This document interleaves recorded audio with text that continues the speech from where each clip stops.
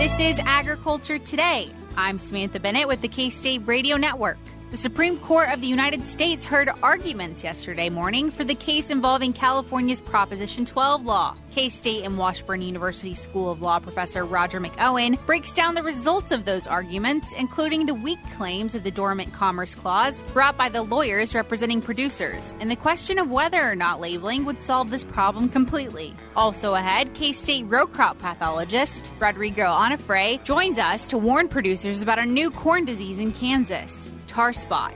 We end with this week's Beef Cattle Institute's Ask the Experts, where we are joined by K-State experts Brad White, Bob Larson, and Phillip Lancaster. This week, they are answering a listener's question on whether or not to castrate their bull calves prior to selling them. That and more is coming up ahead on Agriculture Today.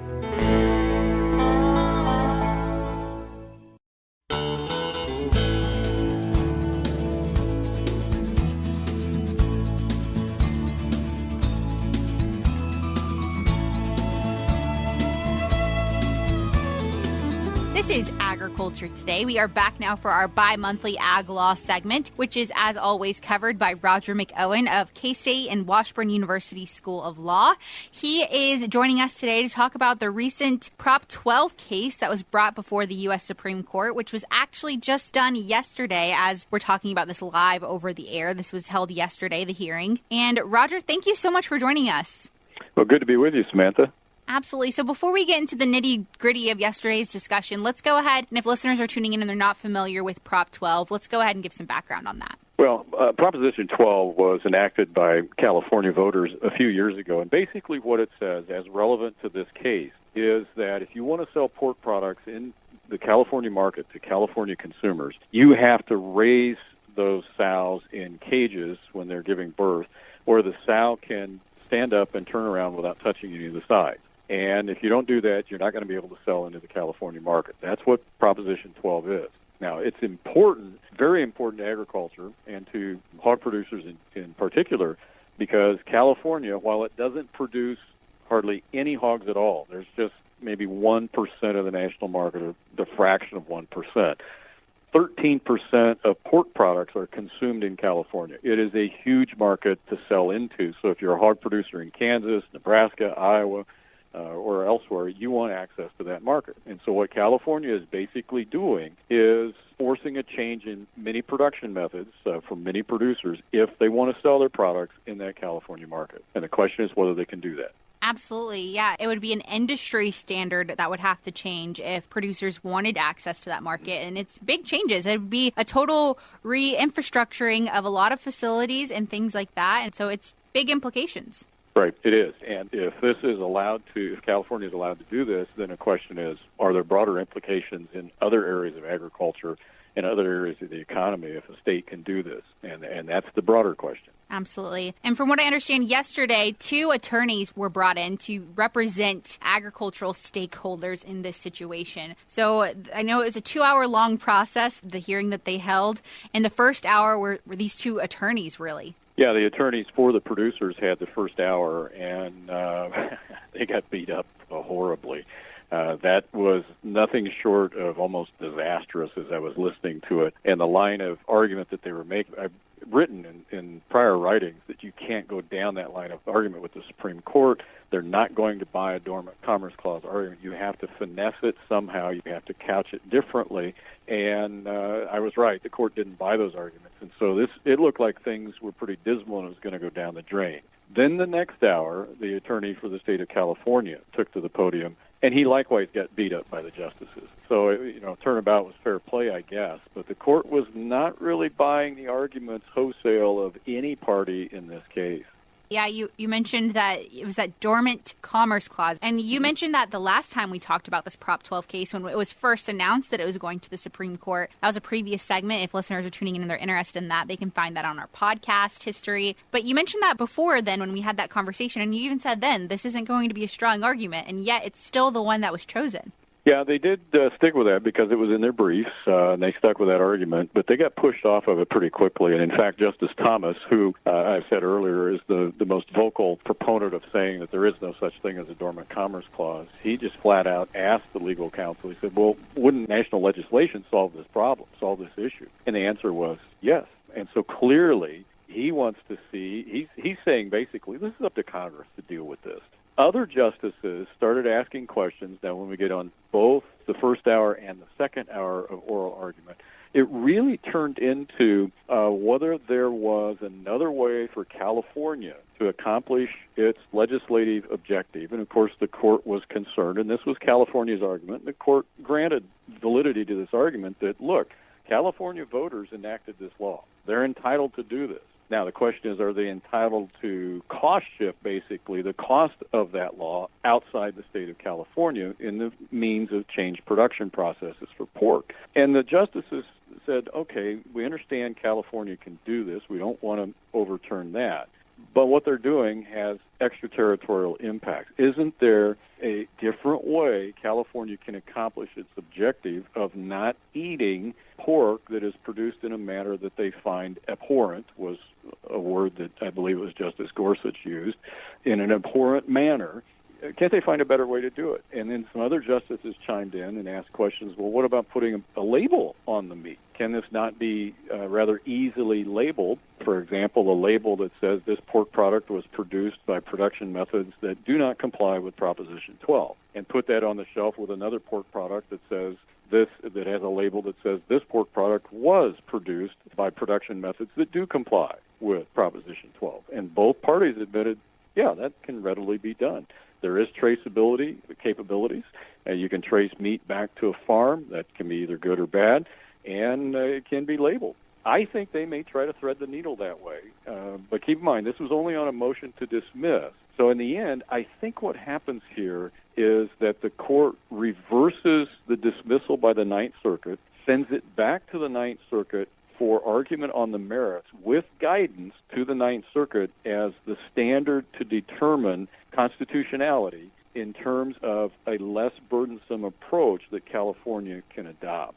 Absolutely. And that less burdensome approach suggested potentially in this case labeling, like you mentioned. And labeling, of course, is something that we're already very used to here in the United States. I mean, if you think of a label idea, odds are it is on some of our goods that are sold in grocery stores for consumers to take their pick at and kind of read and negotiate through, which understanding labeling is a whole other issue for consumers. But anyways, so adding another label to the packaging, I feel like it's not, it's going to answer this problem, but it's also something that, we already have welfare labels out there. It's something that can already, like you mentioned, be an easy solve for this case if that was the real concern, was consumers in California wanting their say in what they consume. Yeah, and that's an issue that the court spent a lot of time on. There were a lot of questions by Justice Sotomayor, Justice Kagan, the new Justice Jackson on the morals and the economics. And what they were pointing out was, well, how do we balance this? California's morals may not be the same as Iowa's morals. I would put those in air quotes when I use that term here. Sure. Because one of the morals might be by an Iowa producer, for example, or a hog producer in the Midwest, that we think California consumers should have the lowest cost pork. And if you require us to change our production methods, that's going to increase the price of pork products on the shelf in California, and that's against our morals. Well, the justices pointed that out, and they said, well, California may have a different set of morals, and said, no, we don't mind the higher price of pork. What we weight heavier is the production process, and that that the animals are raised in a humane manner, and we view these small cages as inhumane. So the court was saying, tell us, counsel, how you balance those morals and the economics. And if we're just talking economics, that's one issue, but then legislation and policy decisions are moral-based, too. You always have your set of morals when you enact your laws in your state. So they really struggled with that for probably 30 minutes of the 2-hour discussion on this, the balancing of the morals and the economics. And economics can be morals. So it was a fascinating discussion, and that's where I think the court is probably going to try to provide guidance on a remand back to the Ninth Circuit. Now, I would caution listeners this. It's always very treacherous to try to predict what the court is going to do. So take what I'm saying with that in mind. We never know what the court's going to do. I'm just kind of trying to get a feel based on the questioning that the justices were posing, and I would venture to guess that the opinion when it comes out will be written either by Justice Sotomayor, Justice Kagan, or Justice Jackson. Those would be my three, and probably not Jackson, given that she's brand new on the court. So probably Sotomayor or Kagan would be my guess.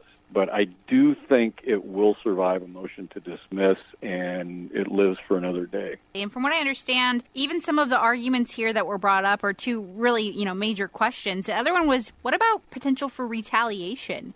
What did that conversation really include? Yeah, that's a big issue, and I've written and spoken about that, and Justice Gorsuch focused on that, as did Justice Alito.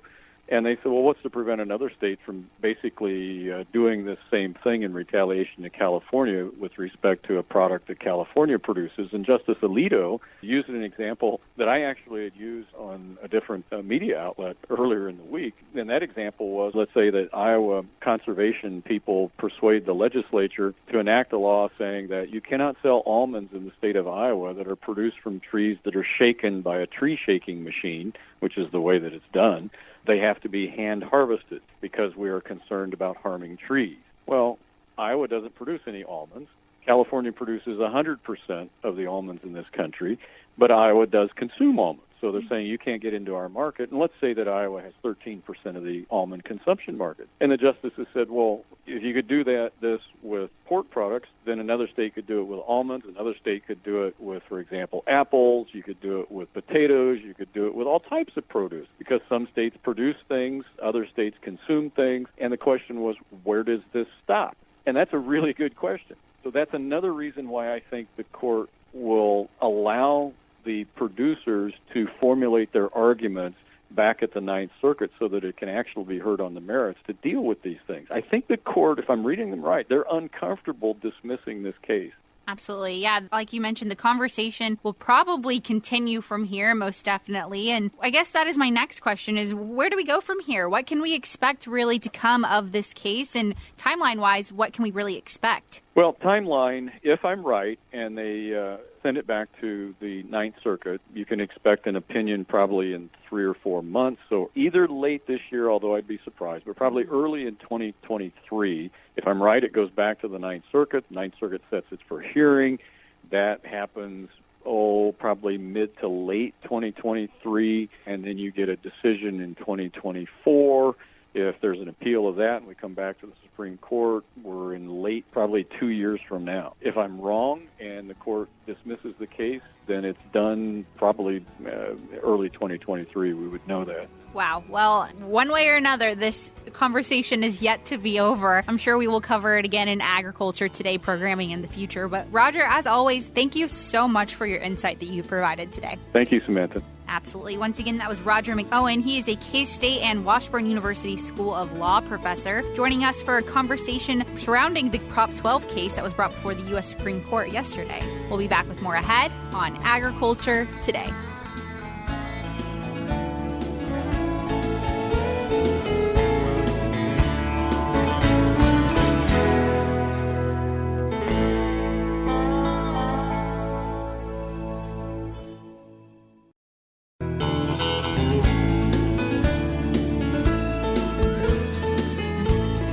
This is Agriculture Today. We are back now for a segment with Rodrigo Onofre. He is a K-State row crop pathologist, and today we're going to be covering a new threat to Kansas corn, and that's tar spot. So, Rodrigo, thanks for joining us today.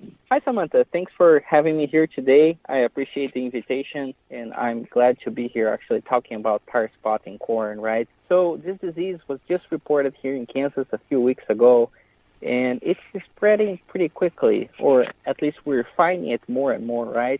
Our crop right now, it's basically almost harvest. We're almost done with harvest, but still important for us to find and identify this field if there is time. Tar spot, it's a new disease for us here in Kansas. It was just reported. However, the first report in the United States was in 2015, and since then it has spread throughout the Midwest.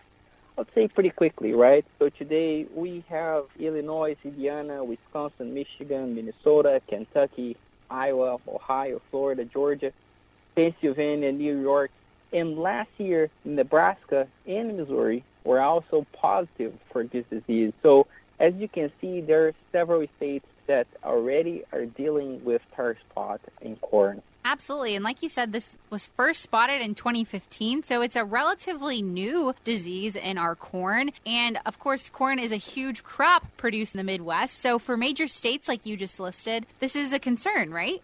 That's right. Tar spot in 2019, there was a study done by Purdue University where they were looking to different hybrids, and they found that 1% of tar spot, depending on the hybrid, it could imply in 2 to 9 bushels yield reduction, right? So as you add more tar spot to your crop, it could significantly impact your yield at the end of the season. And not just the grain yield, but also it's important to think about silage. Tar spot does affect silage quality, and it's important for us to be aware of that as well. Yeah, a really good point made there. And you mentioned that it's recently been spotted in Kansas in the last few weeks. So what part of Kansas have we really been seeing tar spot in so far? In Kansas, the first county reported was Namaha, and since then we have reports in Brown County, Atchison County, and Donovan County. So in this short period of time, we have been able to detect 4 counties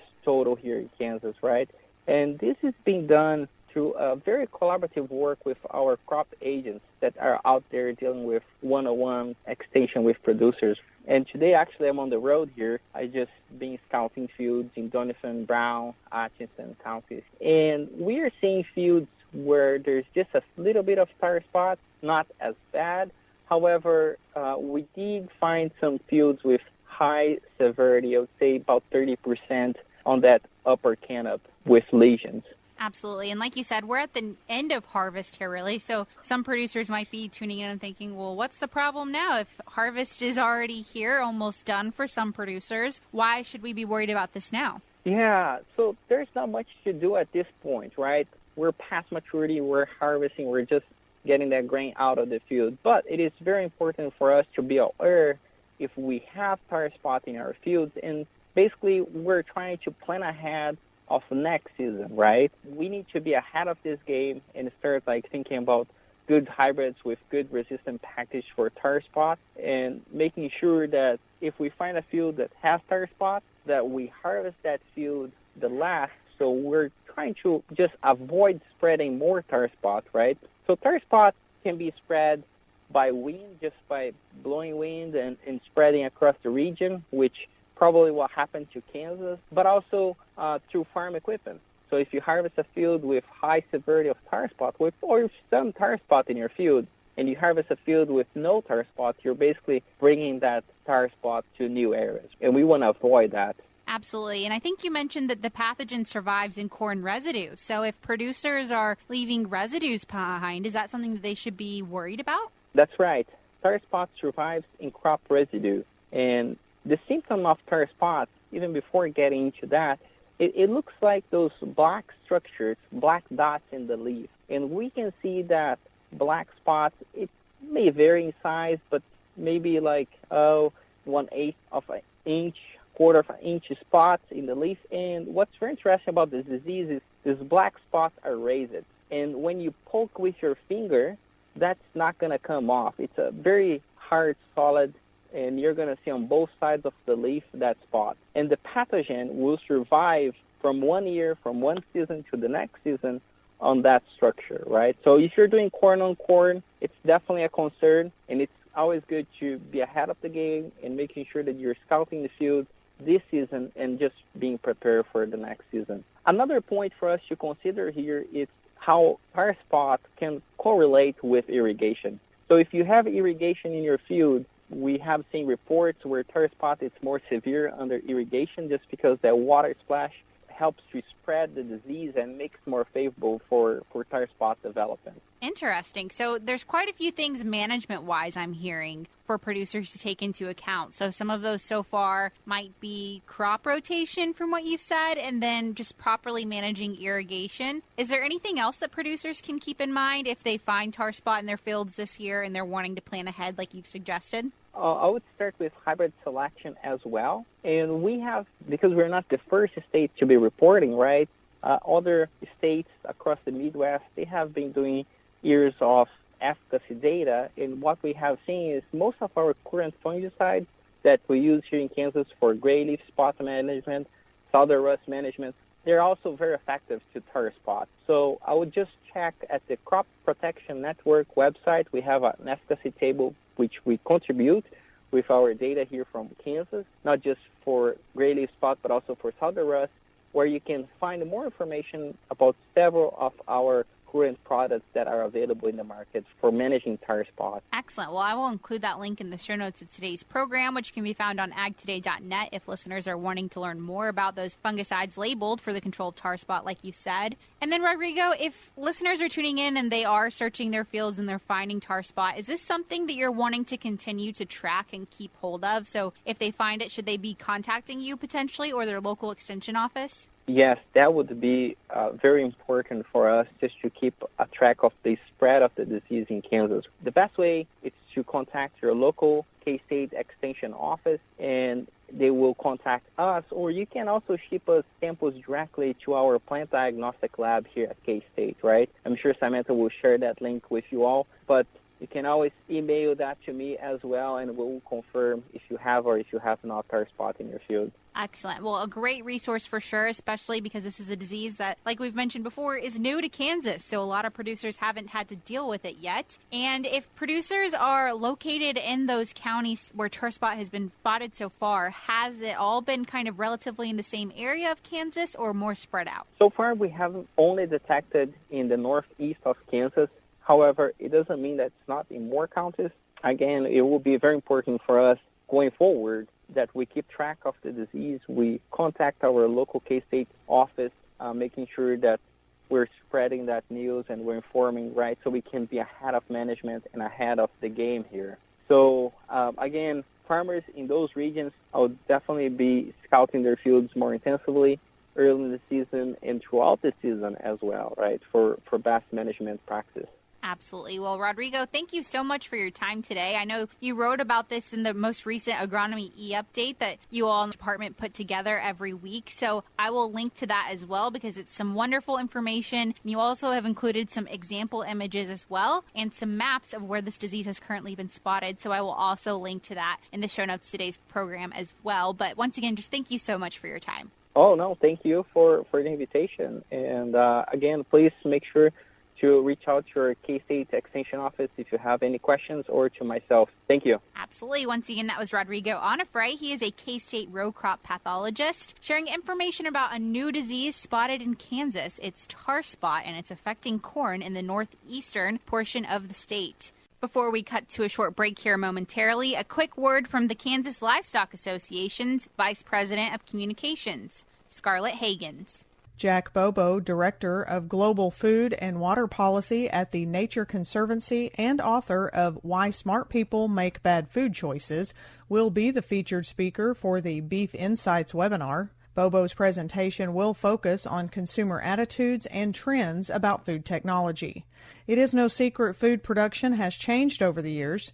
Beef production alone has increased by 53% since 1960, mostly due to improved technology, management practices, and genetics. If not for these advancements, U.S. farmers and ranchers would need an additional 2.4 billion acres of land to produce the same amount of food today as they did 60 years ago. Through his presentation, Bobo will explain how advances in food technology have led to a stronger, more efficient food production system, especially as it relates to animal agriculture. He also will help producers feel more prepared to share this information with consumers who continue to have questions about how their food is grown. The webinar, which will include a live question and answer segment with Bobo, will be held from noon to 1 p.m. To register for the free event being hosted by the Kansas Beef Council, or for more information, go to kansasbeef.org and click on Beef Hub. I'm Scarlett Hagans. Once again, that was Scarlett Hagans, the Vice President of Communications from the Kansas Livestock Association, with a quick word. We'll be back with more ahead on Agriculture Today.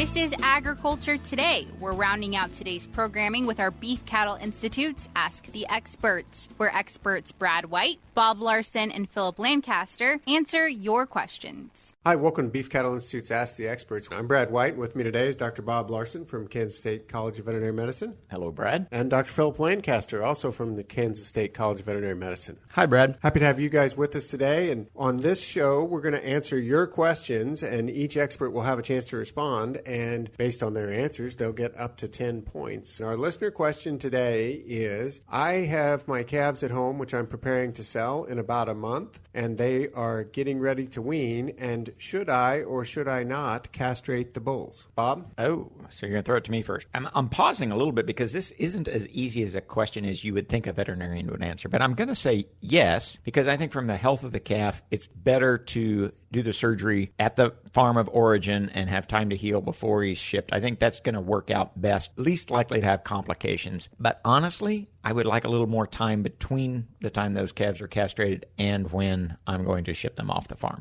So I think there's some value there. So you're saying yes. Yeah, I'm saying yes, but but you're not certain. And from a health standpoint, I think I'm right, but it would be even better from a health standpoint if we had a little more time for them to completely heal before they leave the farm. But if I'm selling them, I'll have no health problems from castration if I don't castrate them. So I'll come back to you. You'll get a chance to respond. I got to go to Phillip first. I'll give you 6 for that. Phillip? I'm going to agree with Bob in the fact that I think it depends. There's lots of things to consider. So if I don't castrate them, they're going to have a discount at the sale barn.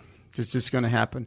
But if I castrate them, they're going to lose weight for the next at least couple of weeks, and they're going to lose enough that it's going to take them probably more than 30 days to get back to where they were. So I'm going to be selling less weight if I do castrate them at home. And so I think the only answer is that you've got to keep them longer than another 30 days because to avoid the discounts. Okay, so castrate them, I get a little bit better at the sale barn because I'm selling the steers versus bulls, and that depends a little bit on where I'm selling. But if I'm going to do that, keep them longer than 30 days so they have a chance to recover that weight. All right, Bob? Yeah, I totally agree. And I did leave out, thought everybody... Phillip got 8 points for that answer, by the way. But, so yes, you'll get a price discount for bulls compared to steers of the same weight. And Phillip is exactly right, though. But if I don't manage this right, as in giving enough time post-surgery for those calves to completely heal, get their weight back, and be ready to go, I may have given back the money that I gained from a price advantage in a weight disadvantage. So I think let's just talk about overall managing of bull calves from birth to the time of sale. I'd like to castrate those calves at a fairly young age, either at birth or 2 months of age or something like that, have the least health problems. We implant those calves, they'll grow as well as bulls.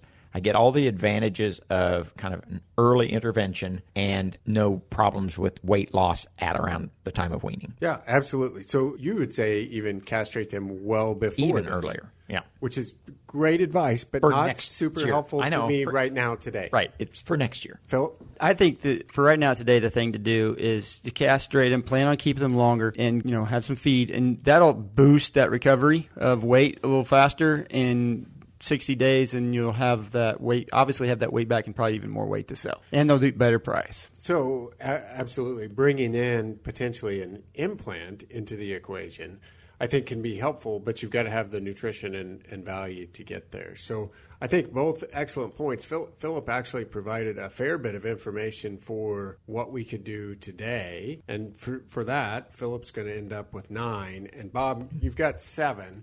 But your advice, though... It's for next year. And I know, and I wanted to follow up on that. In the few seconds that we have remaining, when is the time, now planning to next year, when is the best time to castrate those calves? It depends on the ranch.